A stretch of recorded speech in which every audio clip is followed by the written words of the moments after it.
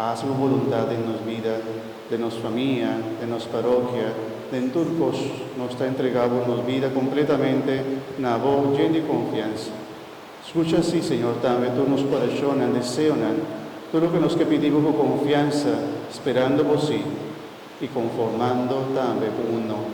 Pero nos sa, tú lo que vos haces, Señor, da para nos bienestar y salvación. Sa que nos pedimos, Tata, en nombre de Cristo, que viva y reina dentro del siglo de siglo. Amén.